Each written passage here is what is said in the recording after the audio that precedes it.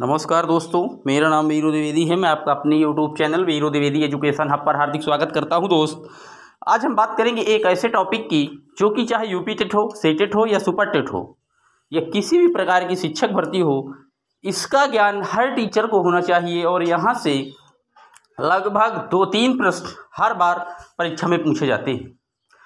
तो आइए शुरू करते हैं। शुरू करने से पहले मैं आपको बता दूं, जितने भी लोग चैनल पर पहली बार विजिट कर रहे हैं, चैनल को सब्सक्राइब जरूर करें। वीडियो अगर अच्छा लग रहा है तो लाइक करें और वीडियो को ज़्यादा से ज़्यादा लोगों तक शेयर करें। तो आइए शुरू करते हैं। आज का जो टॉपिक है वो है शिक्षा का अधिकार अधिनियम RTE 2009। RTE यानी कि राइट टू एजुकेशन। ये सन 2002 में हमारी संसद में 86वां संविधान संशोधन किया गया था, जिसके द्वारा जो प्रारंभिक शिक्षा को कक्षा 1 से 8 तक के लिए जो उम्र थी वो 6 से 14 वर्ष के बच्चों का जो मौलिक अधिकार या मूल अधिकार के रूप में इस शिक्षा के अधिकार को बना दिया गया था। याद रखिएगा, विकलांग बच्चों के केस में ये 6 से 18 वर्ष है। जो 6 से 14 वर्ष आप देख रहे हैं ये सामान्य बालकों के लिए है, लेकिन अगर विकलांग बालकों की बात पूछ ले RTE में तो 6 से 18 वर्ष के बालक शामिल होते हैं। ये याद रखिएगा।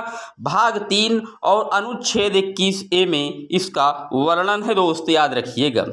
इसके प्रावधान आइए जान लेते हैं। सन 2002 में हमारी संसद में 86वां संविधान संशोधन किया था, जिसके द्वारा प्रारंभिक शिक्षा को कक्षा 1 से 8 आयु वाले 6 से 14 वर्ष के बच्चों को मूल अधिकार के तहत शिक्षा देने का नियम बना दिया था। भारत की संसद ने इसको 4 अगस्त 2009 को पास किया था। याद रखिएगा। और 26 अगस्त 2009 को राष्ट्रपति ने इसका अनुमोदन किया और पूरे देश में यह 1 अप्रैल 2010 से लागू हुआ।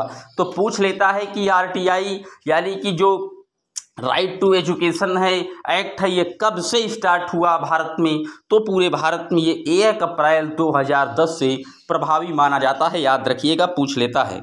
बात करते हैं अगले पॉइंट की।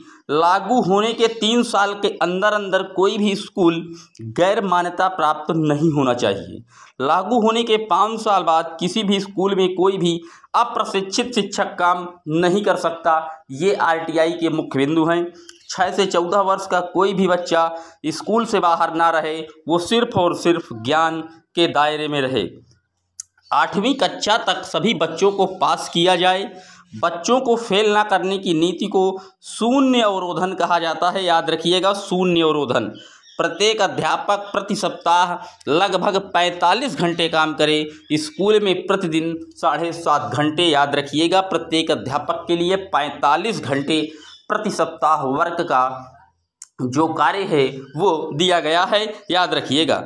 बात करते हैं अगले पॉइंट की। अध्यापक केवल 3 गैर शिक्षक कार्यों में लगाया जाए।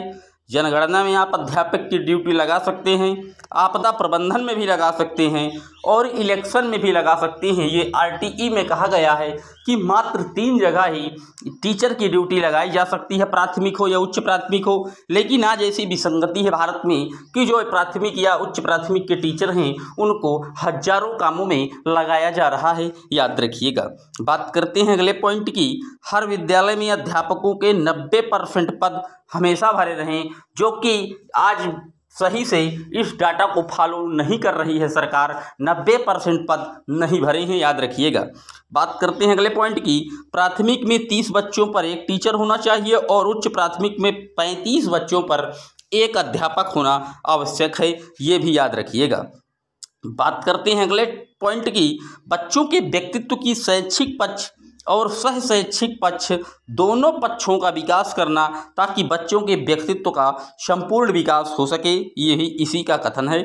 बात करें अगर स्कूल प्रबंधन समिति की, तो 3/4 अभिभावकों में 1/2 संख्याएं माताओं की होगी और 2 अध्यापकों को प्रधानाचार्य और जनता द्वारा चुने हुए प्रतिनिधि द्वारा प्रबंधन समिति का निर्माण किया जाएगा।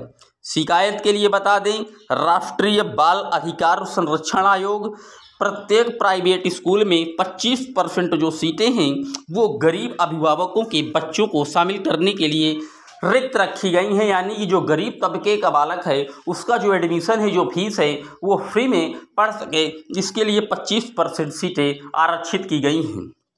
बात करें अगर अगले पॉइंट की, इन बच्चों से कोई फीस नहीं लेनी। यदि इन बच्चों से फीस ली तो पहली बार 25,000 रुपये का दंड और अगली बार किसी भी EWS यानी कि इकोनॉमिकल वीकर सेक्शन से तो 50,000 का दंड होगा, याद रखिएगा। कैपिटेशन फीस लेने पर इसका दंड जो है वो 10 गुना ज़्यादा लगाया जा सकता है, याद रखिएगा।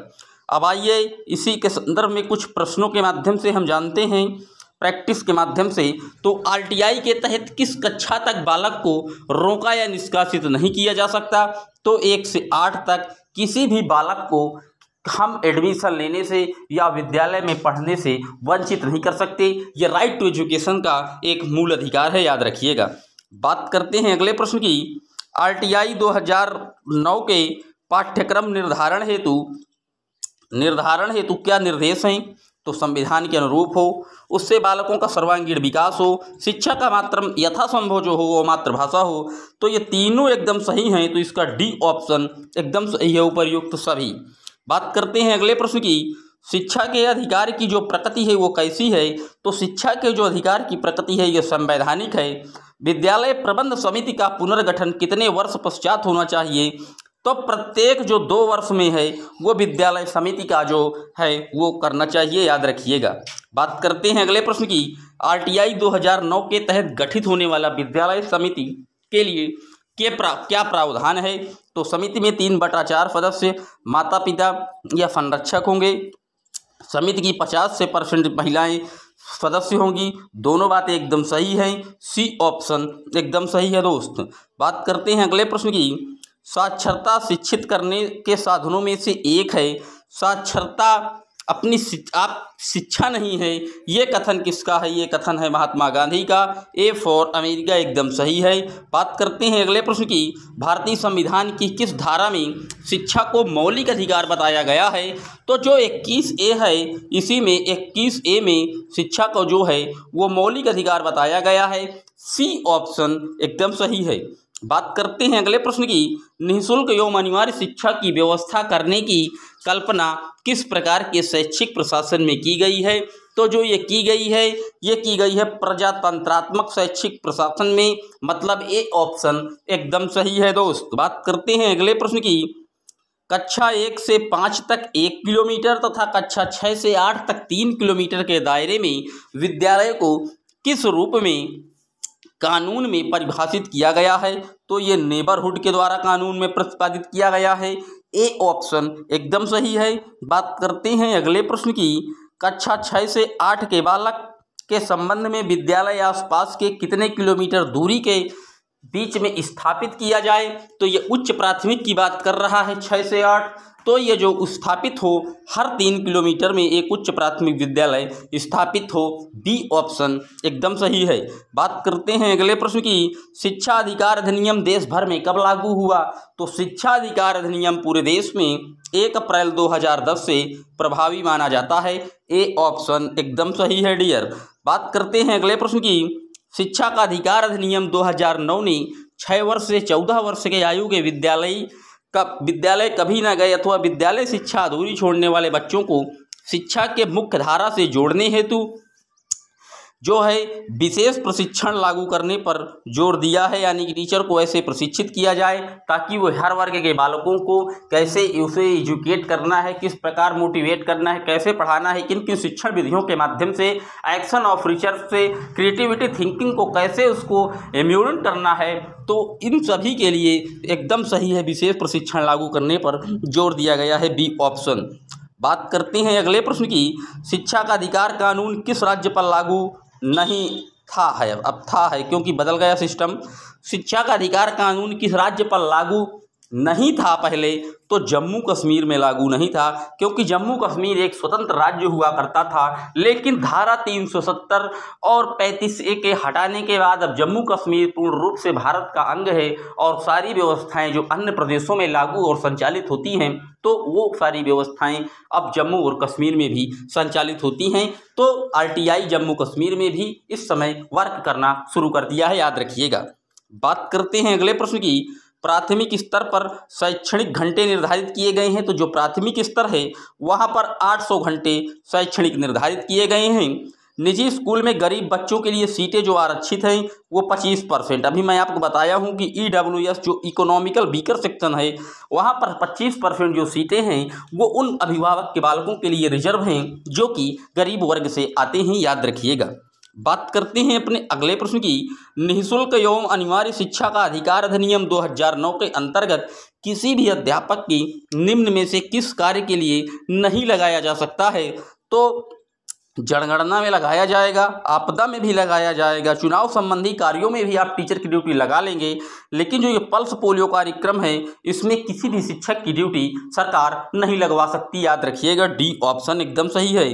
बात करते हैं अगले प्रश्न की। निःशुल्क एवं अनिवार्य शिक्षा अधिकार अधिनियम 2009 के अंतर्गत प्रारंभिक शिक्षा से तात्पर्य है, तो जो प्रारंभिक शिक्षा से तात्पर्य है वो कक्षा 1 से 8 तक की जो शिक्षा है ये प्रारंभिक शिक्षा कहलाती है दोस्त। बी ऑप्शन एकदम सही है। बात करते हैं अगले प्रश्न की। निःशुल्क एवं अनिवार्य शिक्षा अधिकार अधिनियम 2009 अध्यापक के लिए कितने न्यूनतम घंटे प्रति सप्ताह में पढ़ाने की बात करता है? तो ये 45 घंटे पढ़ाने की बात करता है। बी ऑप्शन एकदम सही है। बात करते हैं आज के अपने अंतिम प्रश्न की। निःशुल्क एवं अनिवार्य शिक्षा अधिनियम में स्थानीय सरकार के क्या कार्य हैं? तो प्रत्येक बालक को मुफ्त व अनिवार्य शिक्षा उपलब्ध कराना, शिक्षकों के प्रशिक्षण की व्यवस्था करना, विद्यालय भवन शिक्षक और शिक्षण सामग्री की व्यवस्था करना। तो सही ऑप्शन सही है, डी ऑप्शन एकदम सही है दोस्त। ये थे आज के कुछ महत्वपूर्ण प्रश्न जो कि शिक्षक भर्ती में आपको काफ़ी मददगार साबित होंगे।